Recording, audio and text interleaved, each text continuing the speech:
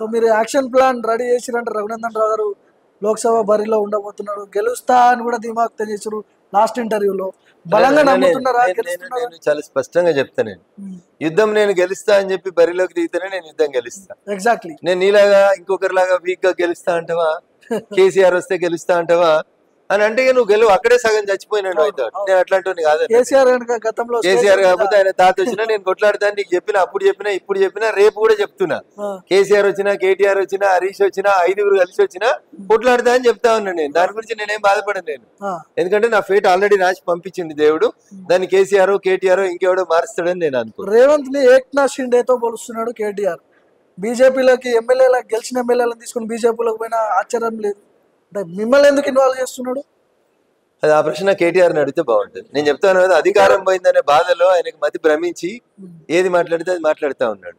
అట్లా అది మనం ఆయన పరిస్థితిని పాపం జాలిపడాలి మనం. ముంగట ఆయనక పోలీసు వాళ్ళు లేక ఎస్కార్ట్ లేక పిచ్చోడు అయిపోతున్నాడు ఒకడు ఉండేసరికి. అప్పుడు రోజు పొద్దుగా అయితే కనబడోడలని అవస్థ పెడుతుండే. ఇప్పుడు కేటీఆర్ పోతుండే సిరిసిల్లలో కూడా ఎవరు వాళ్ళకి ఇస్తలేరు ఆయన, అంది బాధ. ఫైట్ ఎవరెవరికి ఉండబోతుంది ఫైట్ లోక్సభ ఎన్నికల్లో? మీకు కాంగ్రెస్ గా, మీకు బీఆర్ఎస్. బీఆర్ఎస్ ఎక్కడుందన్న? మళ్ళీ బీఆర్ఎస్ అంటాను. ఎందుకు వేయాలి బీఆర్ఎస్ కోర్టు? ఇప్పుడు గెలిచిన 39లో 26 పోతురు అన్న, రేపో మాపో పోతురు. మొత్తం బీఆర్ఎస్ ఎల్పీని ఎత్తుకపోతారు. 26 మంది ఎమ్మెల్యేలు పోతూ పోతూ మొత్తం బీఆర్ఎస్ ఎల్పీని తీసుకుపోయి ఏ విధంగా చెప్తున్నారు? మీరు వెళ్తున్నారా అని ఇంత ఖచ్చితంగా చెప్తున్నారు, ఎట్లా చెప్తున్నారు? రోజు పేపర్ ఎవరికైనా అర్థమవుతున్న మాట కదా. మొన్న నియోజకవర్గాల అభివృద్ధి కోసం పోయి కలుసుకున్నా. సేమ్ చంద్రశేఖరరావు గారి దగ్గర కలిసినప్పుడు కూడా కాంగ్రెస్ ఎమ్మెల్యేలు అదే చెప్పారు. ఇప్పుడు మోడీని కలిసిన అట్లా మోడీతో కలిసినట్టు కాదు కదా. ఈ పోలికకి ఏమైనా ఉందా అన్న? 7వ తరగతి చదివినోడు పీజీ ఎంట్రన్స్ కి వచ్చినట్టు ఉంది ఈ పోలిక. Thank you. సో ఎన్ని సీట్లు టార్గెట్? 17. తెలంగాణలో 17, దేశంలో 400. మళ్ళీ మోడీ ఉండబోతున్నారా ప్రధానిగా? ప్రపంచంలో అడిగాను, ఇక దేశం ఎందుకు, ప్రపంచంలో ఏ కార్నర్ కన్నా పోయి అడుగు. భారతదేశంలో ఎవరు అధికారంలోకి వస్తారని ఏ సర్వే ఏజెన్సీనని అడిగట.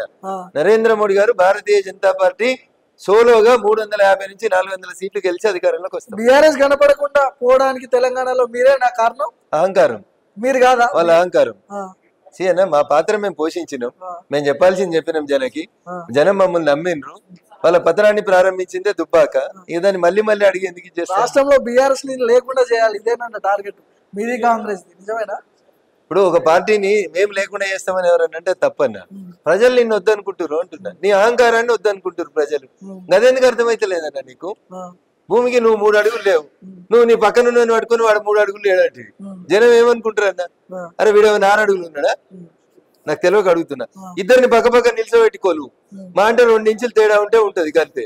దానికి వాడు 3 అడుగులు లేడా అంటాడు ఈయన. రేపు ఇంకోటి నిన్నడా ఆ మాట. ఇప్పుడు బయటకు వచ్చి ఆటోలలో తిరుగుతున్నాడు కేటీఆర్, ఎట్లా చూడొచ్చు దీన్ని? నటిస్తున్నాడు లోక్సభ ఎన్నికల కోసం అంతే. లోక్సభ ఎన్నికల తర్వాత అమెరికా వారిపోతాడు కేటీఆర్, మళ్ళీ 5 ఏళ్ల దాకా రాడు.